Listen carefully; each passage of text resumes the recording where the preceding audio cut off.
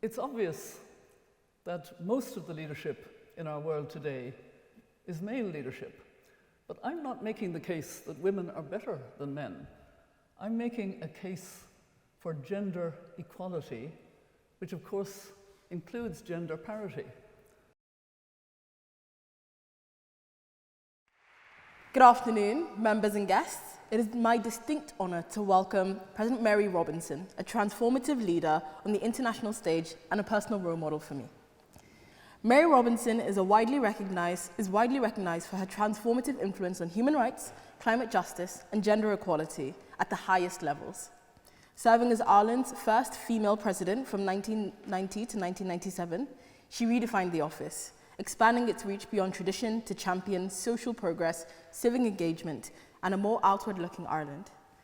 She also became the first Irish head of state to make official visits to Britain and Northern Ireland. After her presidency, Mary Robinson brought her commitment to justice to the global stage as the United Nations High Commissioner for Human Rights, where she spotlighted abuses and humanitarian needs and worked to integrate human rights into the very fabric of the UN. Her leadership has been recognized worldwide, including with the Presidential Medal of Freedom. As a founding member of the Elders, she continues to advocate for peace, ethical leadership, and solutions to the world's most pressing issues. Through her work, Mary Robinson has led vital dialogues on human dignity and justice, inspiring generations to pursue a fairer, more compassionate world.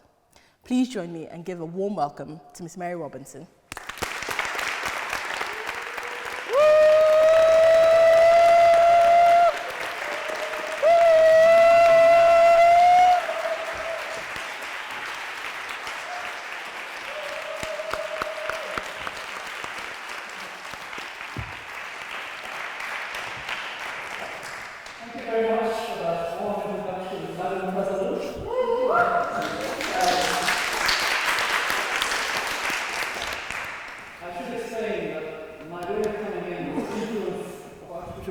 On me. He taught me to make myself a bit ridiculous at times, and it always pleases me. I've actually received a number of invitations to speak at the Oxford Union over the years, and I decided to accept this year for two reasons. The first reason is that we are in very difficult times. In fact, the most difficult times in my long life. And the second reason is because this is an historic moment for the Oxford Union. It's the first time, I understand, since it was founded in 1823, that it is led by an all-female officer team and the first Irish black president, Anita O'Connell.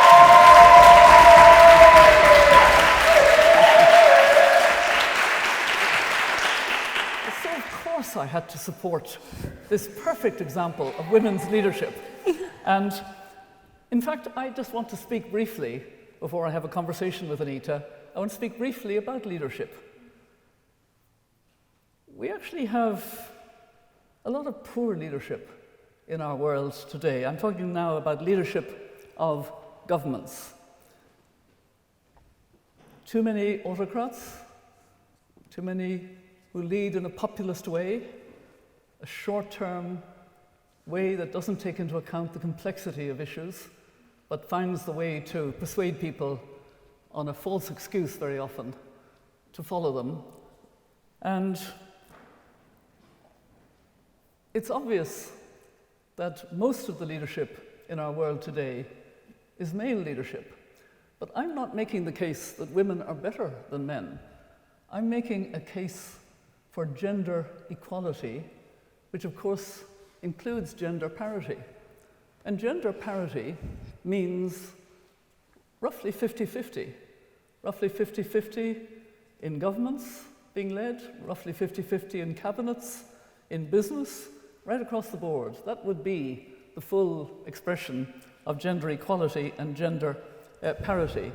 And I think, if we just reflect on our world today, I think it would make a difference if about 50% of the leaders in the world were women and 50% were men. Some of those women would not be good leaders. Women are not always good leaders. But we know that quite a lot of men at the moment are not giving a good example of leadership. So it's that balance that would be much more significant for our world today. And why is that? I think because women who come out of the women's movement, so I'm not talking about all women, some women want to lead a bit like men. We've had historic examples of that, including in this country. But I'm talking about women who come out of the women's movement. They tend to lead in a way that is much less hierarchical. It's much more inclined to be collaborative, to listen, to take into account different perspectives, to be practical, to be problem solving. And that's the kind of leadership that's very necessary in our world today. And our world would be much better if we had the kind of balance that I'm talking about. So in a way, in this part of what I'm saying, I'm addressing myself particularly to the young men and not so young men in the audience. I'm encouraging you to champion more women's leadership because it actually does make a difference. It would be better for our world. And it's not just a women's thing, it's actually a question of how do we get a better society? How do we get a better balance? How do we take the perspectives from the way men tend to lead, and more men are leading in the way I was describing, a more feminist way, a more way that has learned from the women's movement. Obama, for example, described himself as a feminist, and some other leaders have also done so. But I'm particularly interested in seeing how we can work more towards that balance of leadership, which will be much better for our world. I want to also talk about the way that the elders are advocating for what we call long view leadership. For those of you who aren't fully aware, the elders were brought together in 2007 by Nelson Mandela to help to perpetuate the way he led on peace and human rights and a sustainable world. And we advocate a leadership that can deal with the complexity of the problems that we face in the world. We think in particular about three existential threats: the climate and nature crisis, the pandemic crisis, and the nuclear weapons crisis. And across all three, artificial intelligence, maybe generative artificial intelligence. So that is a very complex set of existential threats, and it needs the messy, time-consuming, diplomatic collaboration that we call multilateral collaboration. And actually, I was very pleased to see that just yesterday, at a conference on the oceans, which some of you may be following, we saw more and more countries being prepared, including this country, to ratify the Convention of the High Seas that is so important for our world.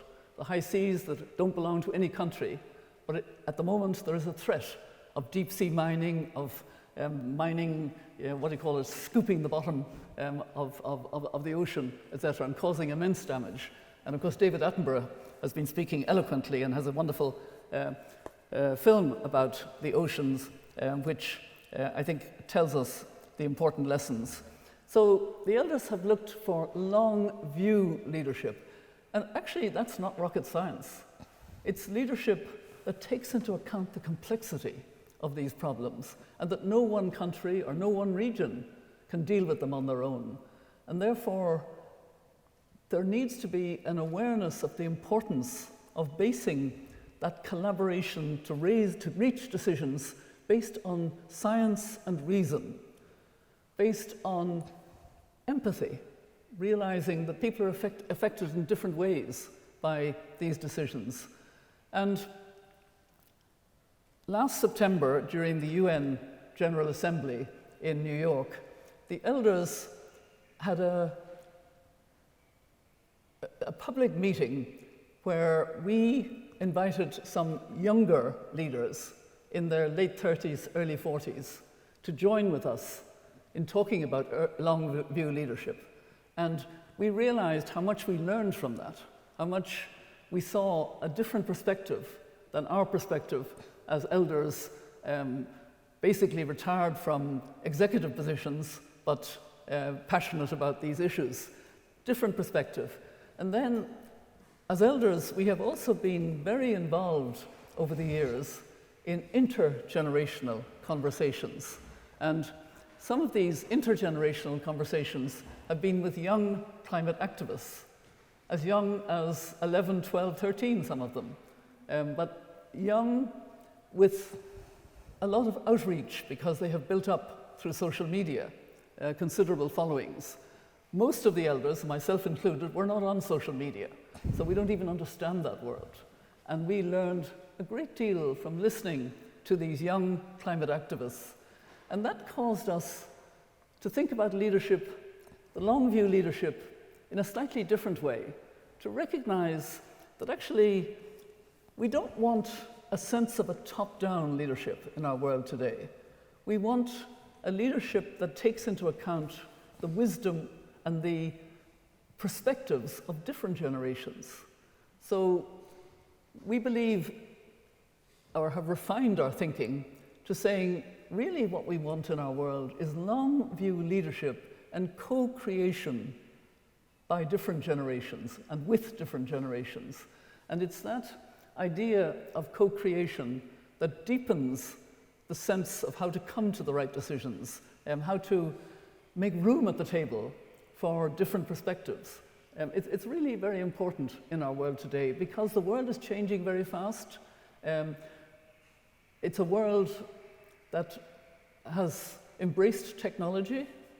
It is a world that has embraced innovation, but it's a world that's at risk from the technology and innovation.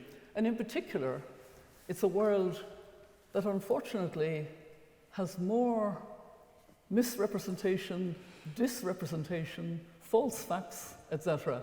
And this is going to bring me to talking about the last aspect of leadership before I have my conversation with Anita, and that is community leadership. We have to think in our world today about what is truth? What are we to believe? There are images of me on Facebook selling, I don't even know what I'm selling, but it's saying purportedly in my words, and it looks like me, and it sounds almost like me. I can tell the difference, but probably others would not be able to tell. I'm your former president, you can trust me. What do we believe in our world today? What is credible? I think we have to realize that we need to build communities of trust, the personal linkages that we have with people. That is very much part of a truth that we must hold on to and in many ways see as very precious in our world. There is a tendency, especially I think among young people, to almost isolate through finding everything on their phone, on their computer, and actually absorb it as one person. And I'm going to give you good human rights framing for what I'm saying. I spent 5 years, as you've heard, as UN High Commissioner for Human Rights, and I recognize the value of the first article of the Universal Declaration, that all human beings are born free and equal in dignity and rights. And I often spoke about the importance of dignity coming before rights. But actually, even in my first year as High Commissioner, I recognized that we were putting too much emphasis on individual human rights. And somehow that wasn't fulfilling the true purpose. And it wasn't fulfilling the Universal Declaration of Human Rights, because there's another article, there are 30 articles in the Universal Declaration, and the second last, Article 29, and again I know it by heart because obviously I've had to repeat it many times, but I repeat it in a way that is gender responsive. unlike the he that included she in a lot of the Universal Declaration, because that was 1948, and he tended to include she, but we've learned that, so I use they, but I'm going to give you the wording using they rather than he. Everyone has duties to the community in which alone they reach the free and full expression of their personality. You know, digest that and think about it. You have to know that you have duties to the community. And unless you yourself don't do something about that, you don't reach your full potential. And the interesting thing is, anybody who has been involved in any kind of community that is working for and with others knows that actually you gain far more than you think you're giving of yourself. You gain far more, and you do feel a more rounded person, a more rounded individual. So think about that in the context of planning your future. Make sure that you actually know that you have, and you don't have to have one community. You can have a whole series of communities. You can have local community, and you can also be part of a more global community, as my wonderful climate activist friends are. But know that that will help in your truth and in your sense of navigating the misrepresentation, the disrepresentation, the false facts, etc. Ground yourselves in what Archbishop Tutu used to talk about in South African terms as Ubuntu. I am because you are, the relationship with the other, and the relationship in particular with community. So I've almost exceeded my time that I said I would speak for, so I'm going to end with words of another elder. He was also my boss when I was UN High Commissioner for Human Rights. Archbishop Tutu was the first chair of the elders. Kofi Annan was the second chair. I then chaired for 6 years, and I've just handed over the chair to Juan Manuel Santos, the former president of Colombia, who got the Nobel Peace Prize for his work in making peace with the FARC. And I heard Kofi Annan say more often than not to any audience, and the last time I heard him say it was in Zimbabwe, when we were working together because there was to be an election and there was a worry about violence, and he wasn't feeling well, he pushed himself, and he got very ill and died very shortly afterwards. But I heard him say over again, and I think it's very relevant even to the context and to the conversation that I'll have with Anita. You are never too young to lead, and you are never too old to learn. So with that thought, I leave myself into the hands of Anita. Thank you very much.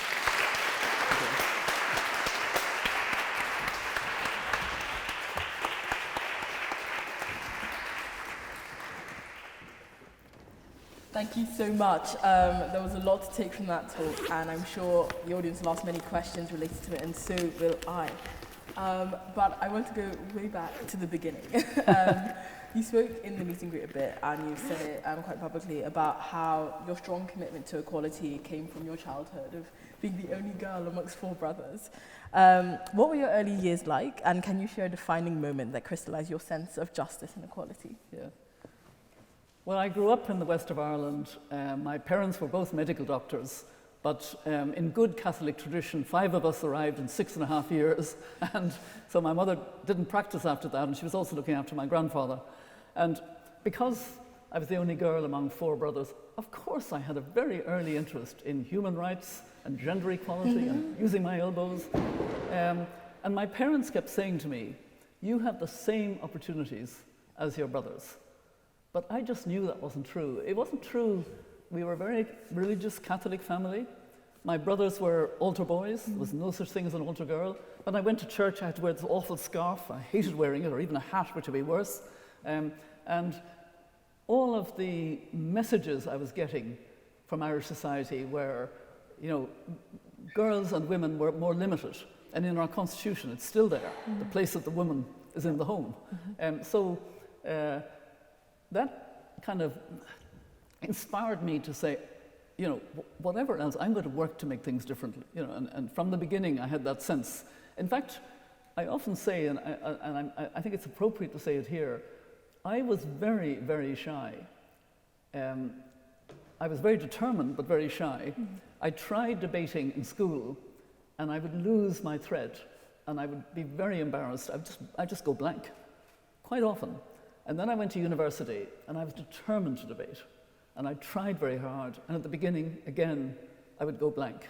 But gradually, having forced myself, I found, and then I became auditor of the Law Society and so on, and I actually won debating competitions. But it was because I wanted to be able to have my voice heard and to speak about the things I was passionate about. So that's a bit of a long answer to your question. It's a very, very good answer to my question. There's loads of bits to pick on. As someone who serves as an altar girl now, it's not as fun as it looks. But no, I wanted to move on to that. You've already talked about your time at university and kind of winning debate competitions and going on to kind of like try those things. But after graduating, you obviously elected to the Senate on a remarkably progressive platform at the time. What forms of support and resistance surprised you the most? And what strategies proved most effective in terms of advancing your goals and what you wanted to do? Sorry, can you repeat the last part of it? So basically, what forms of support and resistance surprised you the most? Yeah. And what strategies were most effective in advancing the goals you wanted to do? Okay. Well, first of all, it was extraordinary to be elected at the age of 25 to the Senate at the Seanad. And I was full of purpose. And my priority was to legalise family planning in what was then a very Catholic Ireland. And I underestimated the reaction, which was people did not want to talk about anything sexual relations, anything like that was taboo. It really affected people very negatively. So I was getting hate mail through the post. There was no social media in those days. But the hate mail was calling me a witch from hell and telling me that I was undermining everything of value in Ireland. And remember St. Patrick, and all this long letters, some of them. And I was kind of destabilized by them. But I also realized that, if you really believe in something, you've got to be prepared to pay the price. And I think that was an early lesson that I valued very much. And I think I've learned over the years to be quite radical in my thinking, but fairly diplomatic in getting there, if you know what I mean. So you don't have to shout loudly and be extremely angry.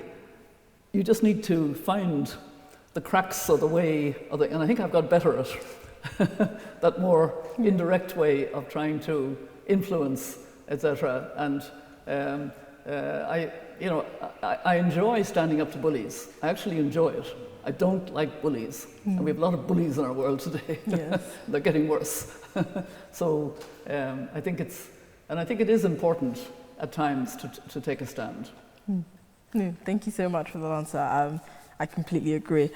And I think moving on towards your political journey, obviously you made history as Ireland's first female president, breaking significant barriers for women in public life. At the time, how did you see the perceptions of women's leadership, which I think you kind of touched on in terms of the letters you were getting, calling you a witch, etc., which I think are very gendered insults. But how did you see that kind of like view shift amongst the public and political circles? When I was nominated for the presidency, I was so much of an outsider, 100 to 1 against, that I didn't go forward for the presidency thinking in any way that I would win. I went forward to make the case. I was a lawyer, so it was like taking a brief. Make the case for a president who could be much more relevant at local level, at national level, and maybe even in talking about human rights at the international level. And that was a new way of looking at the presidency, because the 6 men who had been president before me had tended to be older, semi-retired. It was a very high office, and they just enjoyed it without engaging too much in anything. And so, having said then in my inaugural address that I wanted to be more active locally and more active. The steps that had to be taken were quite interesting. I had been nominated earlier than the other two candidates, one of whom was the Deputy Prime Minister, Brian Lenihan, and everybody assumed that he would win, so they didn't nominate him until quite late on. And I went around the country and I discovered that Ireland was benefiting from the common agricultural policy. The United Kingdom was not really benefiting because the agriculture here was more developed. But in Ireland, we had suffered from cheap food in the UK, which was our main market. Now we had the European market with better prices. And this money penetrated more into rural Ireland.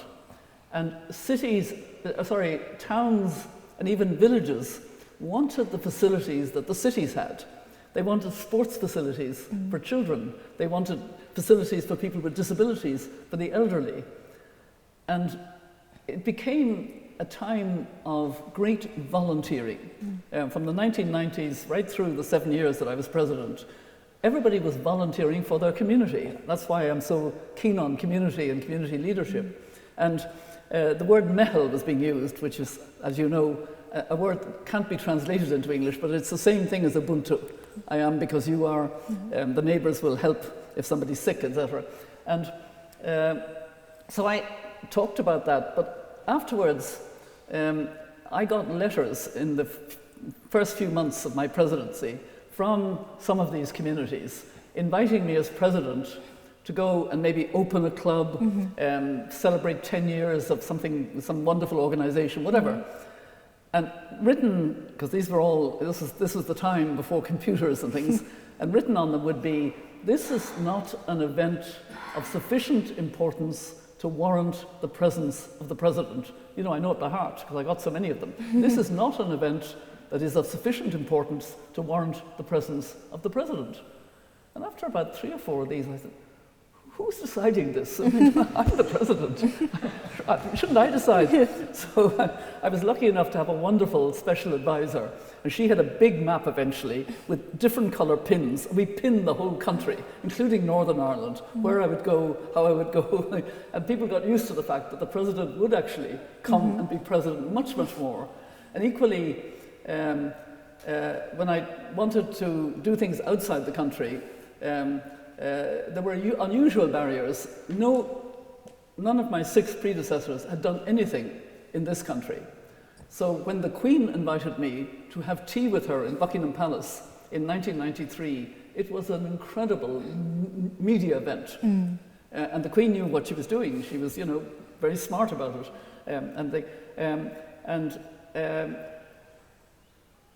I was more active externally. And the then Prime Minister, my first Taoiseach, Charlie Haughey, signalled that I was doing too much as President. I had to be roped in. So he came to see me with a legal opinion, and we sat in my study, just the two of us, and he started reading out the legal opinion, but I was living the job, and I was a constitutional lawyer, so I was arguing back. And he clearly was more persuaded by my arguments. And eventually, he sort of threw the legal brief on the ground and said, lawyers, you get what you pay for. And when we came out of the room, I was the one smiling. But, you know, they were the kind of early barriers. Yeah. And I think, I'm actually proud of the fact that the office of president, I think, is very respected in Ireland now. We have a very good man, President Michael D. Higgins, coming to the end of his 2nd term. And Mary McAleese, who followed me, will also fulfil the presidency in a very active and proactive way. Yeah, no, I completely agree. And in terms of your presidency and the impact lasting worldwide, how do you think your presidency has impacted how people view women leaders today in Ireland and internationally? I remember wondering about the part of my inaugural speech where I had said that I hoped to be able to represent Ireland in some human rights context. But actually it came about because there was a very severe famine, or close to a famine, in Somalia, mainly because there were warlords fighting and they wouldn't let the food get to the feeding stations where Irish aid agencies, among other aid agencies, were working. So 3 of these aid agencies came to see me, and we actually contrived. We contrived that they would ask me publicly on television, President, would you be prepared yourself to go to Somalia? And I obviously had the answer, yes, if the government would permit, in the sense the President under the Constitution can't travel without the, it has to be in harmony with the government. That's a fairly normal thing with heads of state. And so I gave the answer, which made it much more difficult for the Irish government, and they let me. And that had a big impact, and then that made it easier to be the first head of state to go to Rwanda in April. After the genocidal killing in April 1994, I went pretty shortly afterwards, and it was shocking. You know, the aftermath of a genocide, really terrible to see. And so that somehow made it more possible to both speak about and try to, in practice, draw attention to human rights issues. And then I became High Commissioner, and that consolidated that. Yeah, thank you so much. And I want to ask you the next question about being UN High Commissioner. But you spoke quite candidly about the challenges of leadership and the importance of vulnerability. Given the persistent gender stereotypes around vulnerability, especially for women in power, were you ever hesitant about showing vulnerability? Yes. I wrote a memoir in 2012 with my daughter, and it's called Everybody Matters. And I was recalling how tough the job was of UN High Commissioner for Human Rights when I took it on, because the office was a small office of the UN. It was new. It had come out of a major conference in 1993, and the first High Commissioner had resigned suddenly, and that was why the Irish government put me forward, and Kofi Annan chose me and put me forward to the General Assembly to be nominated as High Commissioner. But it was such a shock to come from a well-funded, well-supported, very popular presidency in Ireland to a back corridor of the Palais des Nations in Geneva. The following year we got our own Palais Wilson, but in the beginning, and between September 1997 and Christmas, just a few months, I found myself working harder and harder, longer and longer hours. I started taking sleeping pills, but then I wasn't sleeping because I was so worried and so, it just seemed impossible to do the job. And when I went back to Ireland for Christmas, a brother of mine had come back from New Zealand who was a doctor, as my parents were doctors, and he said to me in that brother's voice, "You're on the verge of a mental breakdown." And hearing his voice was enough for me to say, no, I'm not. So I threw away the sleeping pills, gave myself another couple of weeks of holiday, whatever, and literally said, now, come on. I didn't want to write about that in the memoir. And my daughter said, Mom, I remember you didn't even want to talk to us. You kept going to your bedroom when we went home at Christmas. You were in a bad way. You must write about it. And actually, when the book came out, that was by far the most impactful and the most talked about chapter. I mean, it became quite a thing on discussion programs. If Mary Robinson can have mental health problems, we can all talk about our mental health problem. And I really learned, it is important to show your vulnerability. And I think, it's not easy at times. I mean, I said earlier, and I'm going to say it here, my vulnerability at the moment is I forgot my hearing aid. I left it in Dublin. Oh, how could anybody be so stupid? And so poor Anita's speaking up. And when you're asking questions, you have to ask them very loud in a few minutes. But, that's my vulnerability. I'm at the age where I don't just need the specs, I need the ears as well. No, that's completely fair. I mean, I'm only 21 and I can't see half of the people in the audience. I don't have my glasses on, so we will have a very fun game when it comes to questions in a few minutes. But I really appreciate your answer about vulnerability. I think especially for young people going through a lot of the kind of mental health crises we're seeing currently in the country. and also internationally, Yeah. and kind of the conversations around mental health being a lot more public and transparent. It's really an honor to kind of hear your own story with it. Moving on slightly to global affairs and legacy.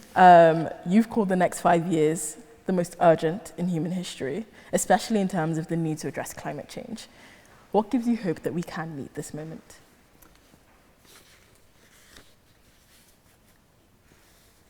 I think we need leaders today to be in crisis mode about what we're doing to the ecosystems that sustain us. I'm lucky enough to have a new hat now. I don't wear hats very much, but I've acquired a new hat. I am a guardian of the 9 planetary boundaries, a guardian of the planetary boundaries. That's the work of a very good scientist called Johann Rockström and the Potsdam Institute in Germany now.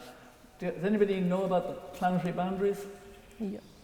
Yeah, I see some heads nodding. Yeah, it's a good way of looking at the context because it includes climate, it includes the oceans, it includes fresh water, it includes the stuff we're putting up into the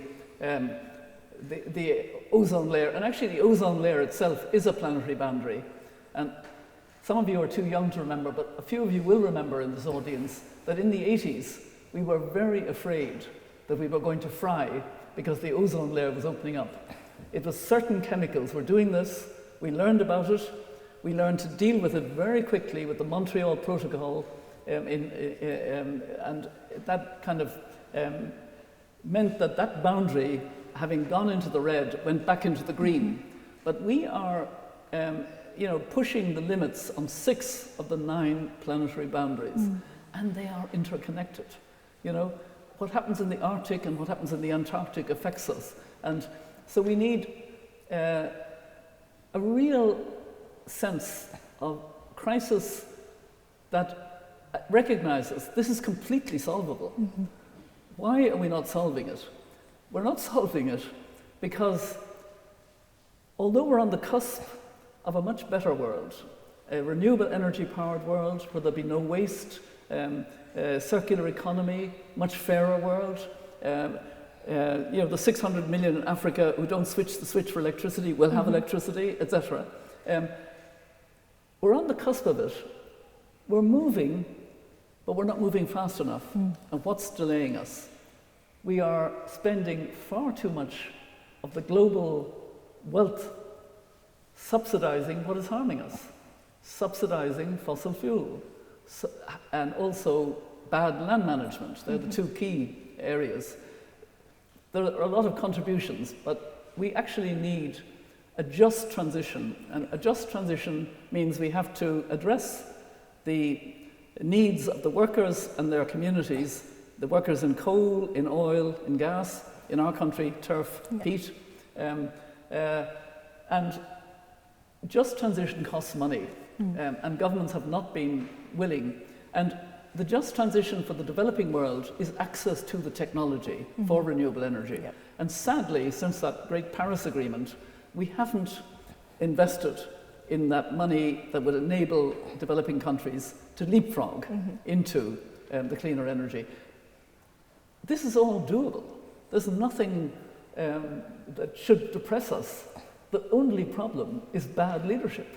That it's not, we haven't got the political will because we haven't got that mindset of recognizing that we actually are in a very real crisis because we've made 6 of the 9 ecosystems that sustain us,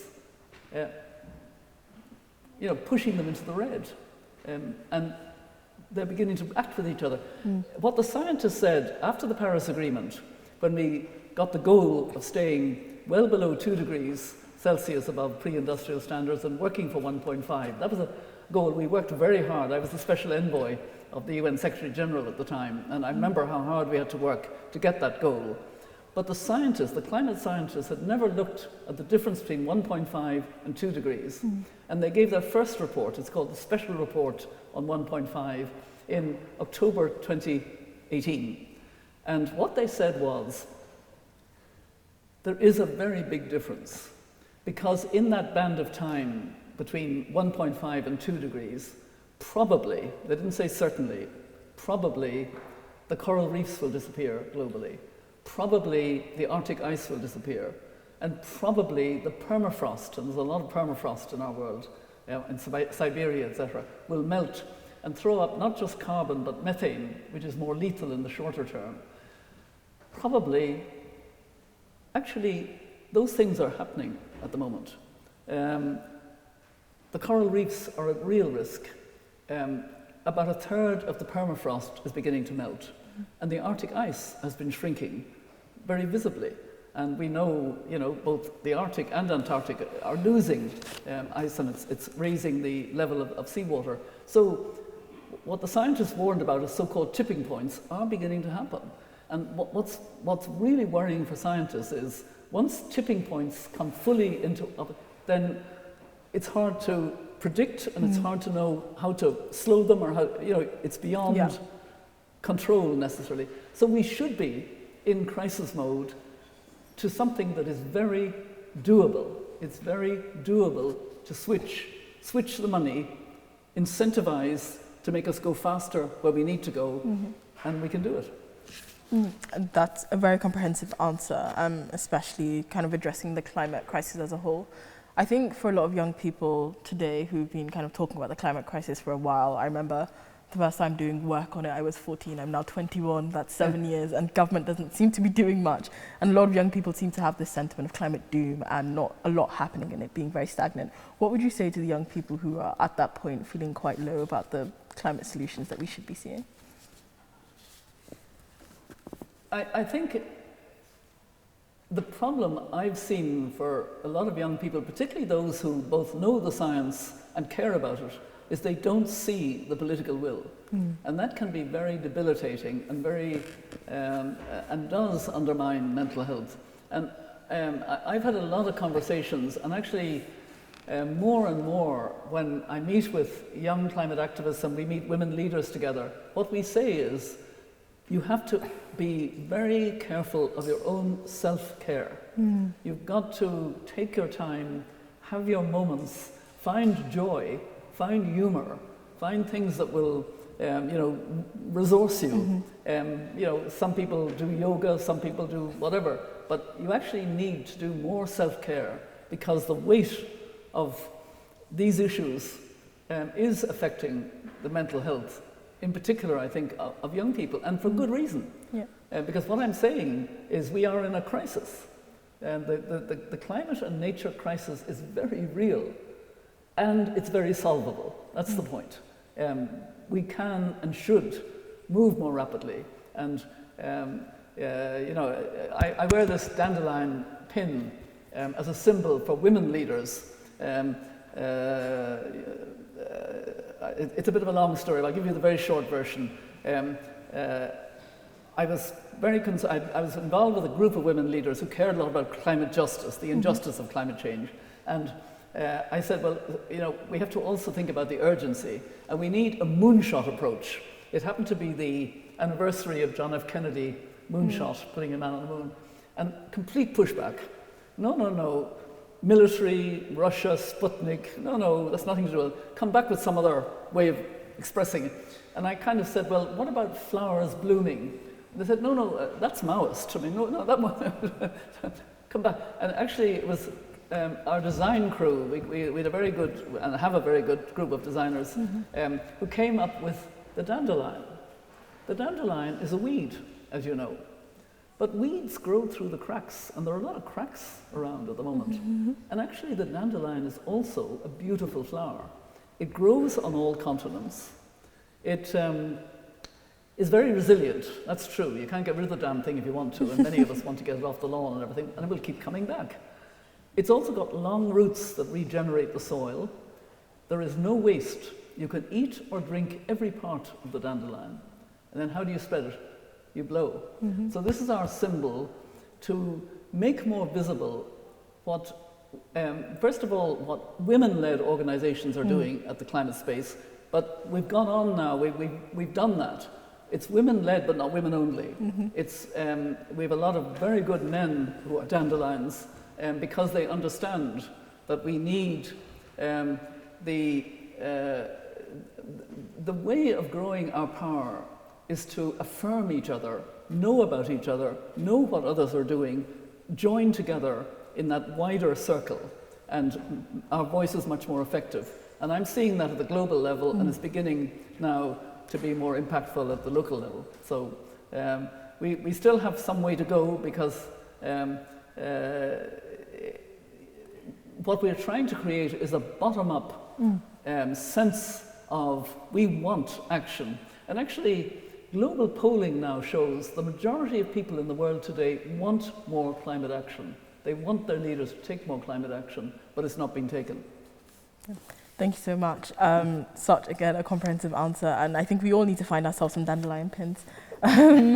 You did say something about kind of like making sure to keep on top of your self-care and what brings you joy. What brings you joy? I think what grounds me completely is my grandchildren.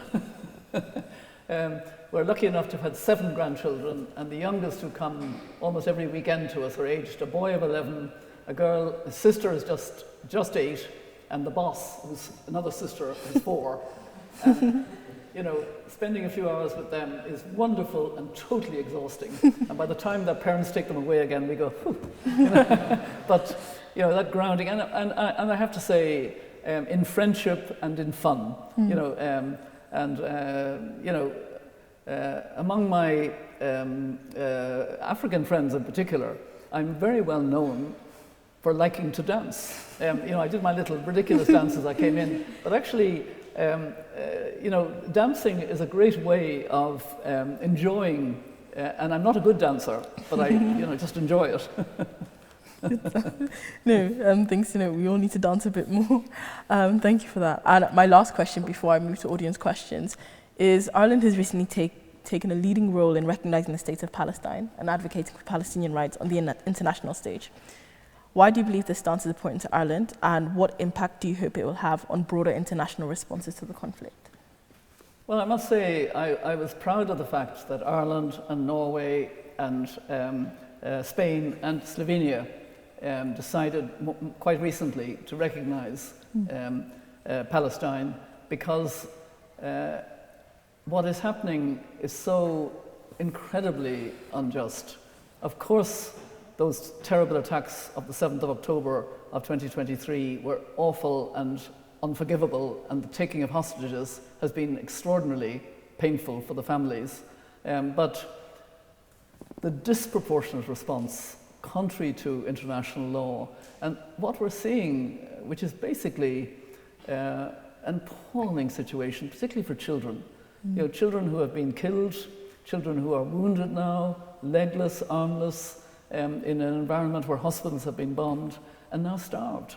We're seeing basically an unfolding genocide. It can't be talked about in any other terms. It's for courts to determine if it is, and the elders are very clear on this. You know, the International Court of Justice or the International Criminal Court will determine, but it's unfolding before our eyes.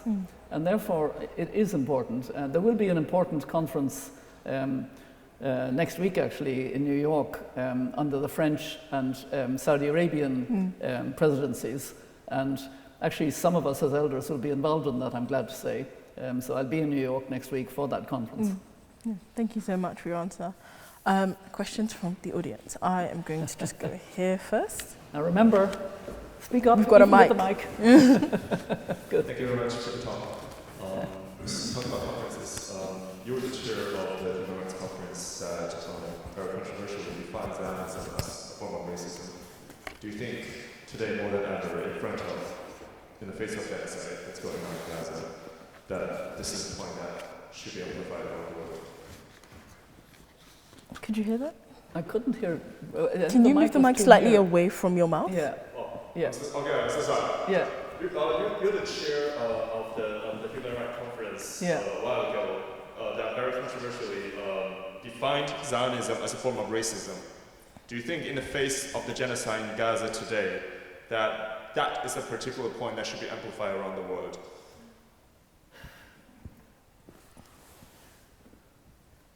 That what is racism? That Zionism is racism, that everybody should make it very clear. Matt, do you want to come here and just ask? Like, come closer. Just come closer. I'm so sorry. No, it's fine. Just come closer and ask it closer. Sorry, it's my fault. No. I left my ears at home. No. Yeah, that which is racism? The Zionism is racism. Oh, Zionism is racism. I don't think that's helpful, actually. I really don't. Because Zionism to Israelis is to have their own state. And that is very important to the Jewish people. So to say that that's racism, I think is just another form of anti-Semitism. You know, so I don't go along with that. I really don't. I think we need to see that the problem is an Israeli government that is very right-wing, that is, addressing the problem in a way that is quite shocking, that Israel should have the whole land, basically, including the West Bank and East Jerusalem. And there's a move now, and the settlers, it's become even worse. So, I don't think characterizing something that is dear to one people as racism is going to help at all. It's going to just accentuate the rampant anti-Semitism in our world today, which is a very big problem. I mean, the elders, we've been very outspoken about what's going on in Gaza, and we've been very outspoken about what's going on the West Bank and East Jerusalem. I was there in June of 2023 with another elder, Ban Ki-moon. I was chair at the time, and he was my deputy, actually. And we heard Israeli human rights organizations describe what was happening in the West Bank and Gaza as that the government of the time was committing apartheid. That's a very strong word from Israeli human rights organizations, and we repeated that in the report that we issued. I think those Israeli human rights organizations want their state of Israel. So, insofar as it's hard to talk about Zionism and not see that the heart of it was to have a separate state of Israel. Recently, it has become an Israeli state, and I don't welcome that. I think that's a mistake, because there are, it's a Jewish state. Sorry, that was a fairly recent step. So I just would not agree with your point, but let's agree to disagree. Can I just have yes? Hello, Your Excellency. Thank you very much for spending your afternoon with us. My name is Joyce. I'm a climate researcher from Ghana, where we recently elected our first female vice president after 60 plus years. So my question is, first, for young people who have sort of lost faith in the big men, in the leaders, how do we keep hope alive in terms of maintaining that feminist approach to the climate crisis? And if I may ask very quickly, the second question is, what keeps you up at night, if anything at all? Thank you very much. Well, first of all, to your hope point, which is a very, very important one. I actually, I think there is a lot of hope at the moment about what's happening in some African countries, because African countries are realizing ODA has been diminished.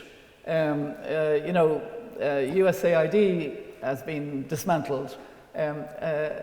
Europe is preoccupied by Ukraine and spending on defense.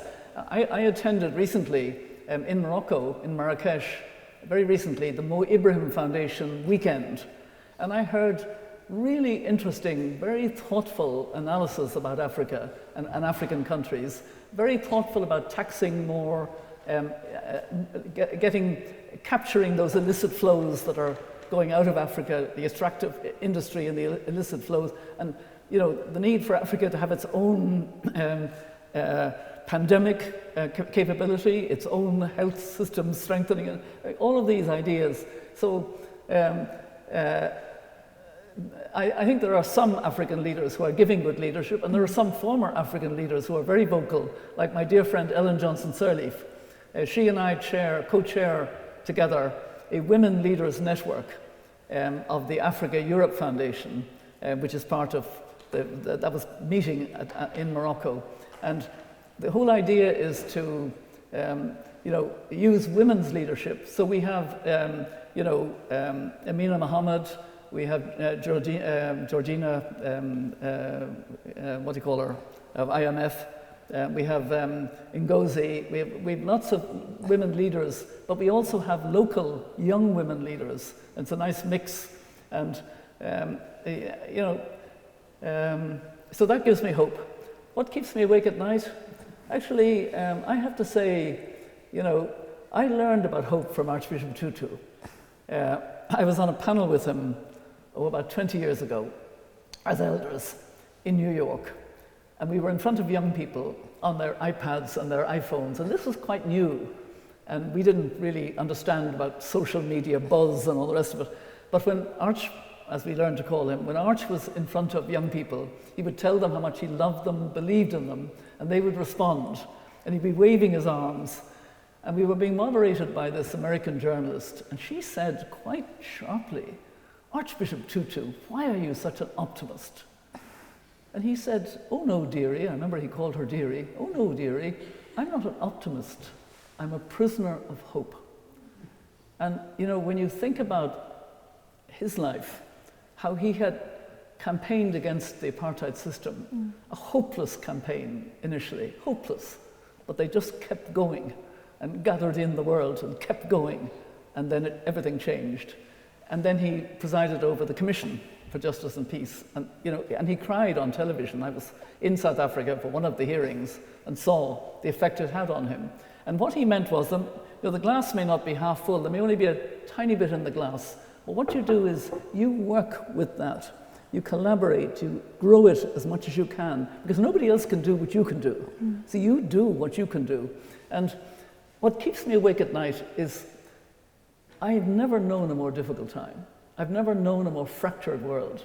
I've never known a world where we're seeing such bad examples of leadership, genuinely. So I have to keep my prisoner of hope strong and alive and remember, his words and his example. And I'm finding it tougher than it was, but it makes every sense. You have to do what only you can do. You have to, bring your leadership into the situation. And if you take the climate crisis that I was talking about, if you talk about the climate and nature crisis only in terms of how serious it is, which I began with, and not that it's solvable, if you just focus on how serious it is, how threatening it is, how devastating it could be if we reach these tipping points, all the oxygen goes out of the room. People just put their head down and say, well, there's nothing I can do about it. And, so people are not motivated so part of having hope is also recognizing that it's hope through action that brings about the oxygen for change, the energy for change, the collaboration for change that we need. And that's what keeps me going. But it also, I am more awake at night than I used to be, I have to admit. So if you're all feeling that things are a bit difficult, so am I. But we have to work at it. Thank you. Could I just have the member in the black long sleeve top? Yeah, just there. Yeah. So much. Thanks a million. Thank you all for coming up. No worries. Hope I can be heard okay. My name's Eric. I'm an Irishman myself. I come from the county of Longford. Okay. It's great to be asking a question before two historic Irish ladies, I must say. My question, Ms. Robertson, is about the rise in exclusionary nationalism at the moment, coupled with the anti-migrant politics that's prevailing in Europe and the broader West. Unfortunately, I think in recent times it's caught a hold of Irish politics, not electorally, but very much on the streets with riots we've seen in Dublin, anti-immigrant protests. What do you think is an adequate response to this in the Irish context? I know in Irish history and in Irish nationalism there's ample examples of anti-colonial struggle, movements that have been on the side of the oppressed, not only in Ireland but beyond. Do you think there's enough in our nationalist tradition for us to co-opt a message of inclusive nationalism, pointing to figures like James Connolly, who himself was an immigrant, rather than ceding ways to short-termism and anti-immigrant politics that has actually crept into mainstream politics in this country, the United Kingdom too? Well, I think you half answered the question. I hope so. I'm quite pessimistic. But actually, I like your question, and I'd like to kind of answer it at the Irish level and also at the global level, if I may, because it's such an important issue. That kind of nationalism that is anti the other, meaning anti the immigrant, anti somebody who looks different. It's really an important issue. In Ireland, apart from what you were saying, I think we should also remember how Irish people left the country and went and made their lives in different countries, and at the time were able to cross borders and do that. When the famine caused more than 1 million to leave Ireland, as long as they could climb those steps and disguise if they had illness. If you had illness, you were sent home, back on the coffin ship, and probably died on the way home. But there were no borders in that sense. It's more recently that we have these awful ways of trying to stop people. So we have free movement of goods, free movement of money, particularly, but no free movement of people. And so Irish people should remember that other countries opened to Irish immigrants. And the reason I put the light in the window of my said on the day of my election that I would put a light in the official residence was because at that time, in 1990, we didn't have any policy for immigrants. We didn't have any policy for those centres in the United Kingdom, in Canada, US, Australia, etc., who dealt with Irish immigrants. My poet friend Evan Boland wrote a poem about the Irish immigrant, and she said we put them out like lamps in the dark.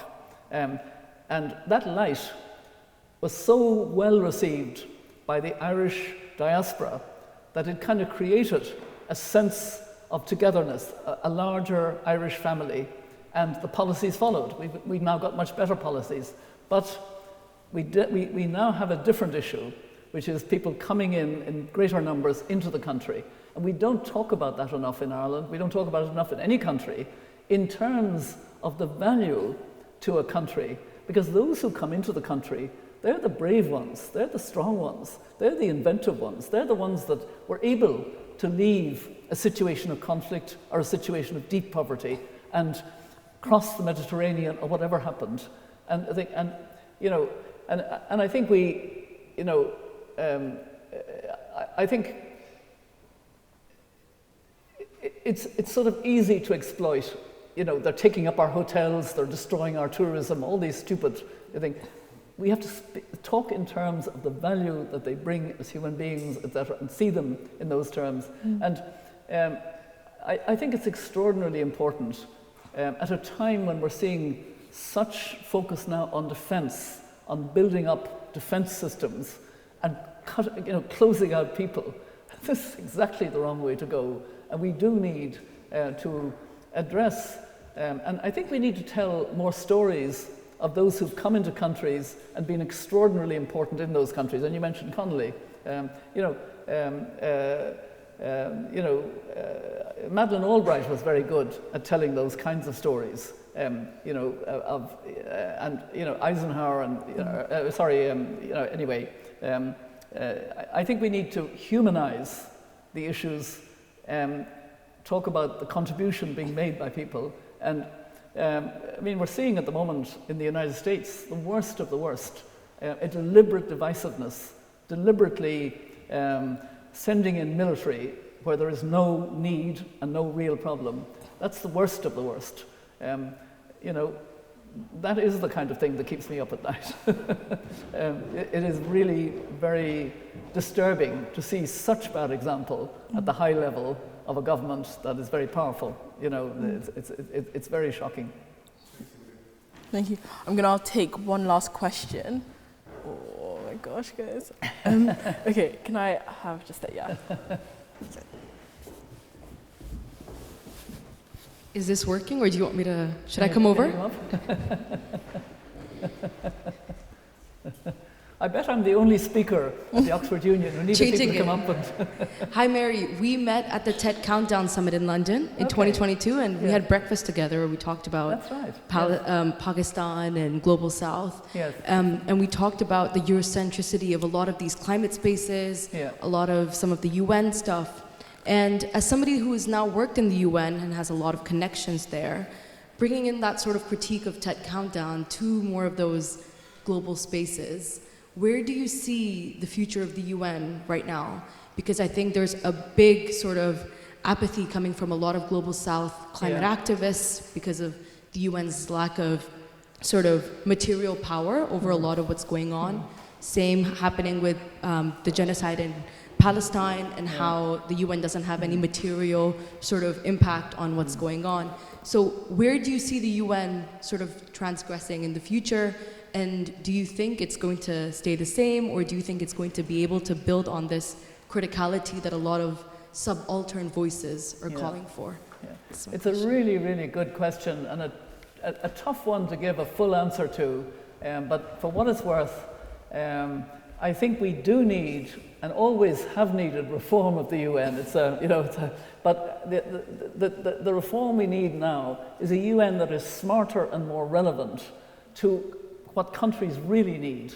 And countries really need not development aid, but actually the kind of capacity, as I was talking about Africa earlier, for countries to have the means for the people to grow their own food, have food security, have health security, these kinds of measures. But in particular, the UN needs to regain its political raison d'etre. It was founded to stop wars, to stop conflicts. That's the essence of the UN, and it has abrogated that role. It has become a humanitarian agency, an agency that deals with health, that deals with children. That's not the UN in the Charter. In the Charter, it's quite clear. It was meant to stop wars, and I think countries need to be reminded of this.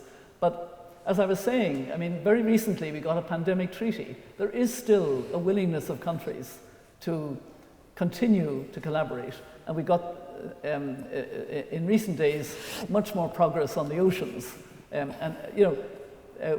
We absolutely need, but we need it to be smarter. And I think one of the ways of it being smarter is to give civil society, business, and sort of expertise in our world more capacity to be part of the problem solving. And what we need is the UN to ground everything in the science and truth, as I'm saying, the importance of science as guiding. But probably most of all, retrieve that political leadership. I'm hoping, as the elders have made it clear, we're all hoping that the next Secretary General will be a woman, the first woman, and that she will stand up tall and regain that sense of what the UN is really about, which is ending wars, ending conflicts, being there at the table, being there, and having member states acknowledge and respect that that's what the UN is about. But you have to make the case very strongly in order for it to happen. Thank you so much for that answer, and thank you so much to all of you for engaging and asking such good questions. We have come to the end of the event, but please stay seated while me and my guest leaves. But thank you all for coming, and please give a warm round of applause for Mary Robinson.